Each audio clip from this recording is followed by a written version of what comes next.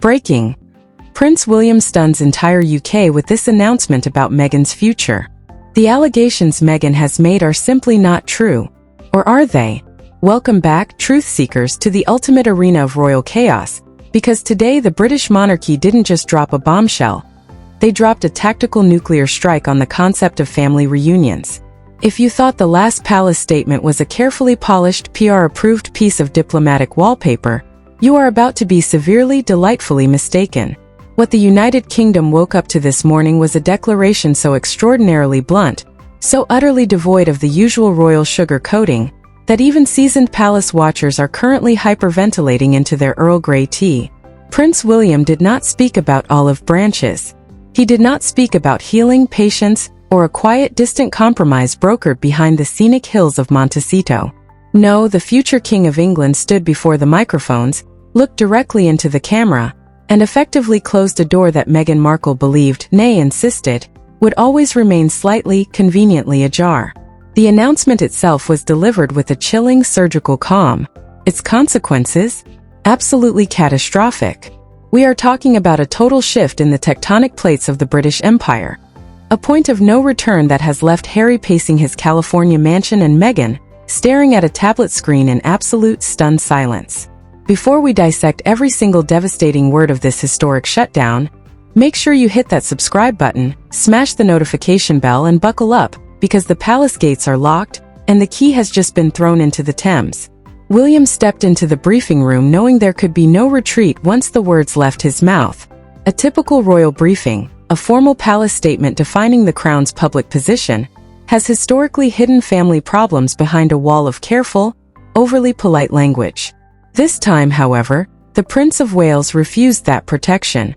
He bypassed the usual diplomatic channels, ignored the frantic warnings of his senior communications team, and made a decision that would redefine the House of Windsor forever. The core of the announcement was devastatingly simple. Meghan would have no future official role representing the crown, no route back as a working royal, and absolutely no authority to act in the monarchy's name under any circumstances. The prince understood exactly why this sudden, brutal clarity mattered.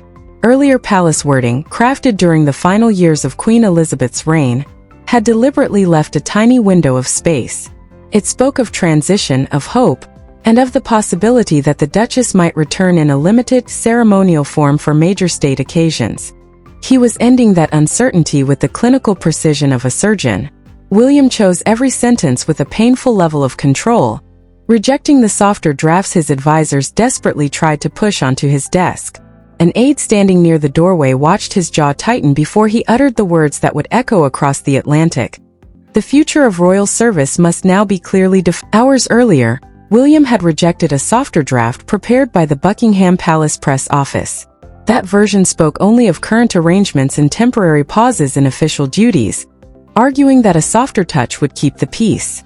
But William argued that temporary words would only create another temporary peace, a fragile truce destined to be shattered by the next high-profile American media interview. He wanted a permanent boundary, a line in the sand that could never be washed away by public relations campaigns or emotional appeals.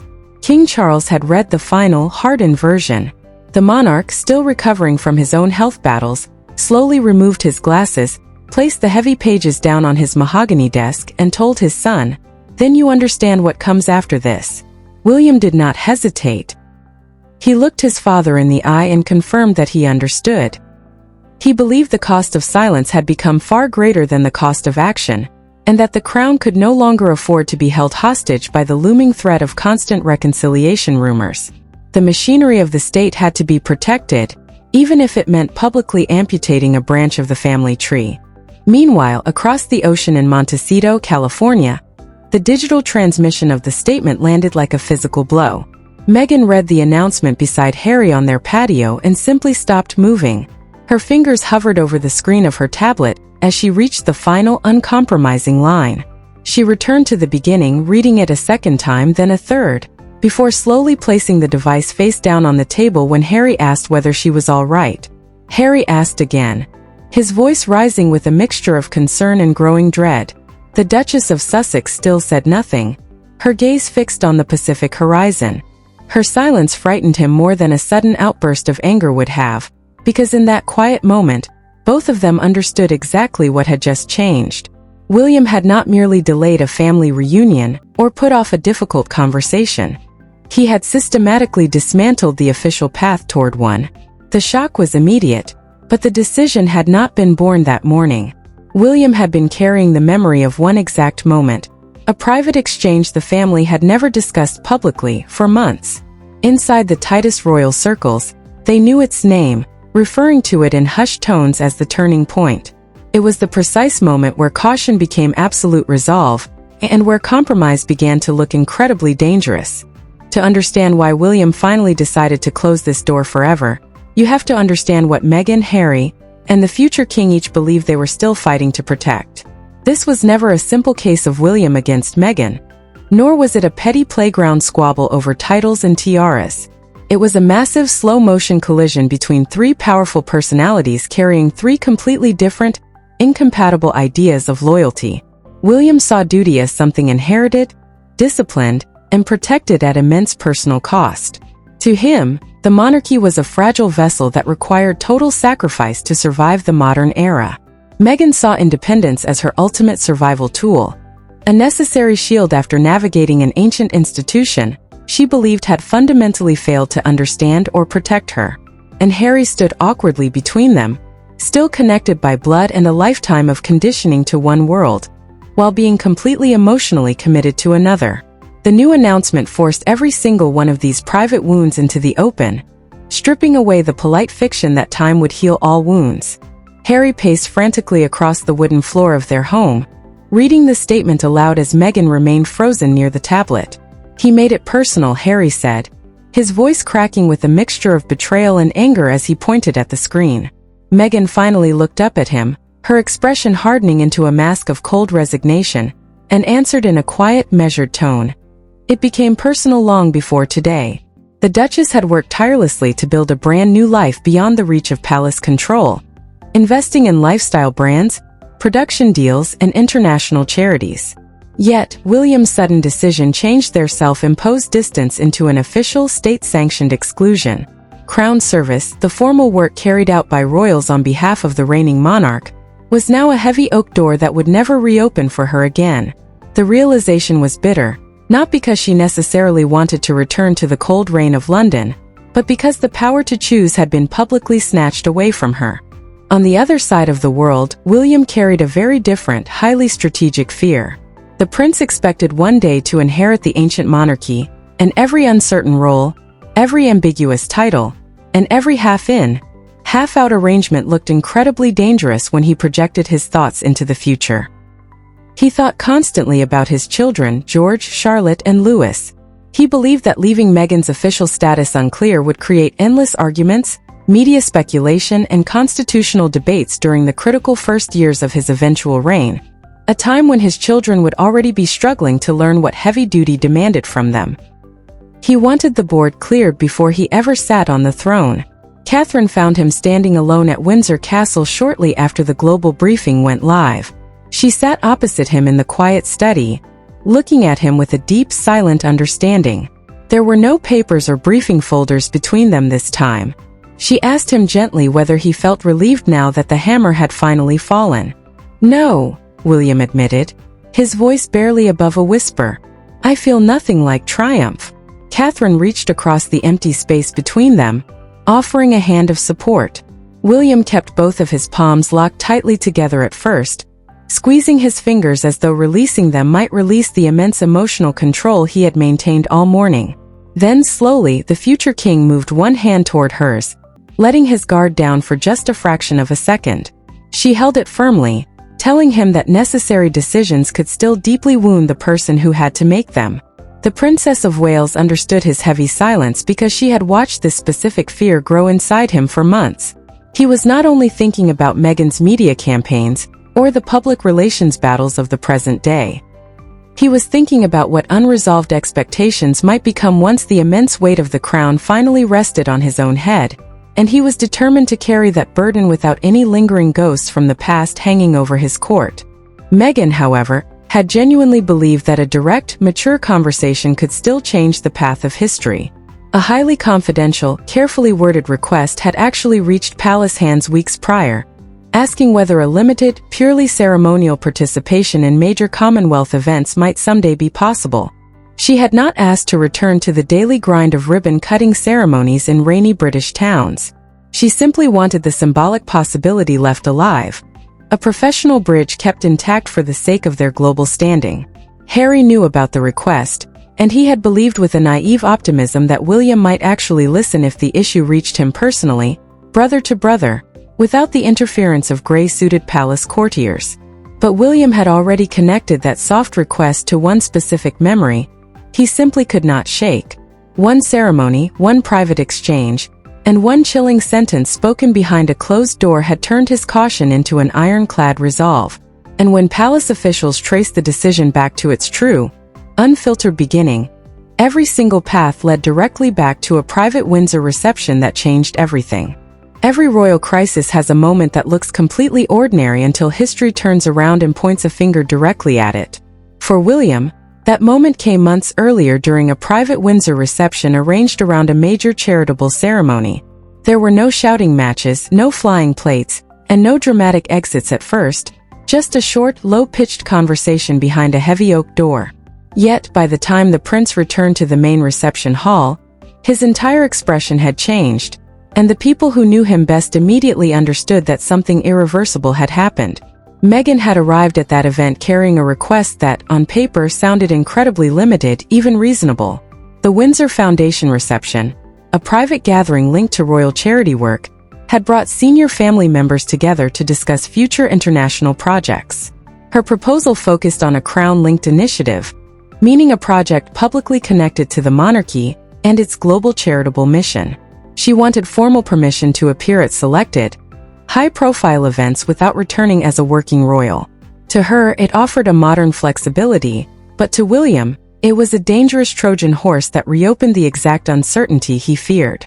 William had asked to speak with her privately in a small, secluded study just off the main gallery. The prince listened in silence, his arms folded, as Meghan explained her vision of a modern, hybrid royal role. When she finished, William looked at her and said, with flat coldness, that royal representation could not be entered and exited according to personal terms. He told her that she could not use the prestige of the crown to boost her private commercial ventures while refusing the daily, unglamorous duties that kept the institution alive. Meghan stared at him, her eyes narrowing, before answering that he was deliberately confusing independence with disloyalty. The future king did not raise his voice. He simply repeated that public authority carried immense responsibility, and that responsibility could not be switched on for glittering international ceremonies and switched off when the daily expectations became difficult or boring. Meghan felt the sting of the rejection immediately. Before turning to leave the room, she looked William dead in the eye and said, "One day, you may need people outside these walls more than you think." Harry entered the study minutes after she left and found his wife visibly shaken. Burning with immediate protective instinct, he followed his brother into a side corridor and demanded that the discussion be reopened right then and there. William flatly refused. Harry pressed again, blocking his path and accusing him of letting personal bias dictate the future of the family. The prince stood his ground, looked his younger brother in the eye, and answered that the decision was not about punishing his wife, but he would not debate the constitutional future of the monarchy through personal anger. Catherine found William later in a narrow private room, away from the guests. He was slowly loosening his cuffs, staring blankly out the window. He placed his phone on the table and repeated Meghan's final sentence to Catherine word for word. The princess listened in silence, watching the tension in his shoulders. Then the future king looked at her and said, "We cannot leave this unclear. If we do, it will destroy everything we are trying to build for the children." That very night, William requested a confidential, comprehensive review of every undefined future privilege linked to non-working members of the royal family. He wanted to examine who had the right to represent the crown, under what exact conditions, and what loopholes could be exploited by those living outside the United Kingdom. When Meghan's new confidential request reached William's desk months later, he recognized the exact same underlying question instantly. She was testing the waters again, hoping that time and public pressure had softened his resolve. But this time there would be no quiet internal review and no temporary, polite stalling. The Windsor reception had created the emotional wound, but Meghan's persistent follow-up request forced William to look directly at it and finally face her without an army of courtiers standing between them to soften the blow. The eventual confrontation did not happen beneath glittering chandeliers or before a polite audience of highly paid advisors. William insisted on something far more uncomfortable: a direct, unmediated video conversation. No press offices, no senior aides speaking for either side, and no legal representatives filtering the words. When Meghan joined the private call from her California home, the prince already had her written proposal lying open in front of him. She knew immediately from the stark lighting of his study and his posture that this was not going to be a polite courtesy discussion. He knew immediately that she would challenge his authority. For nearly 40 minutes, two completely different, utterly incompatible visions of royal identity and modern celebrity collided without any disguise. Meghan began her argument carefully, using the polished, articulate tone she had perfected over years of public speaking. Her confidential request asked for a clearly defined pathway into selected Commonwealth-linked events and major family milestone ceremonies. Commonwealth events, gatherings connected to the group of nations historically linked to the British Crown, carry deep symbolic weight across the globe, and appearing at them would signal to the world that she still stood close to the heart of royal life. She argued that her global popularity could be an asset to the institution, helping to modernize its image in countries where the monarchy was increasingly viewed as a relic of the past. She was not asking for a taxpayer-funded security detail or a full-time return to the UK. She simply wanted a narrow, prestigious route left open for her to represent the crown on her own terms. William let her speak, reading every line of her proposal on the screen before him. When she paused, Meghan asked the question directly, her voice cutting through the digital static. "Have you already decided your answer before even hearing me out?" William paused for a long, heavy moment. The prince admitted that his deep concerns had existed long before her formal request ever reached his desk. He told her that the British monarchy could not carry half-defined authority because the public needed to know, with absolute certainty, who spoke for the crown and who did not. He said that a royal title was not a personal brand to be leveraged for commercial gain, but a lifelong commitment to public service. The Duchess, visibly bristling on the screen, answered that his version of clarity felt less like duty and more like a targeted punishment dressed up in constitutional language. William did not interrupt her outburst. He let her words sit in the cold air between them, refusing to match her emotional energy with anger of his own. Once she fell silent, William revealed a devastating detail that changed the entire nature of the conversation. He informed her that during a private, recorded call kept for confidential family reference, a standard practice for high-level family disputes, he had reviewed a highly specific succession-era framework. This framework was a planned, rigid set of rules for how royal roles would operate during his eventual reign. It was specifically designed to prevent anyone outside active, full-time public service from suggesting they held any representative authority on behalf of the monarch. Meghan understood the terrifying scale of the change instantly. This was no longer a debate about a single invitation or a guest appearance at a Commonwealth ceremony. The future king was actively shaping his future monarchy, drawing the borders of his kingdom, and she was the very first major person to feel its crushing force. She realized that William was not just managing the present. He was preemptively locking her out of the future. Meghan asked him point-blank whether there was any version of the future, under any circumstances, where his answer to this question might change. William looked down at the thick leather folder on his desk, closed it with a soft but final thud, raised his eyes to the camera and said, "Not while the responsibility is mine." She stayed completely silent for several seconds. He did not soften the sentence, nor did he offer any polite, face-saving platitude to break the digital tension. William ended the conversation shortly after without any promise of reconciliation, but his final words carried another implicit warning. He told Meghan that he had not reached this rigid position alone. Someone highly influential inside the core of the monarchy had spent months pushing for cleaner boundaries, quietly building and strengthening the constitutional case he was now presenting to her. But William could close that leather folder only because the ancient machinery behind the crown had already shown him exactly where the real unfiltered power rested. Royal power rarely arrives with raised voices or dramatic public decrees. Sometimes it appears as a thin manila file, a single carefully marked paragraph of constitutional precedent, and a reigning monarch refusing to interrupt his heir. Behind William's historic announcement stood months of private, painstaking preparation involving constitutional advisors, and the most emotionally difficult approval of all, Charles's decision not to stop his eldest son. The king understood exactly what the statement would do to Harry, his youngest son who had already drifted so far from the family shore. Yet, when William placed the final succession-era framework before him on the desk at Sandringham, Charles faced an agonizing choice between fatherly instinct and institutional clarity. William knew his own current authority did not allow him to single-handedly rewrite family identity. The prince could not erase blood ties, legal marriages, or shared personal history. What he could define with absolute legal precision was royal representation, the official right to speak, travel, or appear publicly on behalf of the crown. That distinction mattered immensely because the future of royal service would depend on clear, unbreakable boundaries, especially once the future king inherited the full, crushing weight of monarchical responsibility.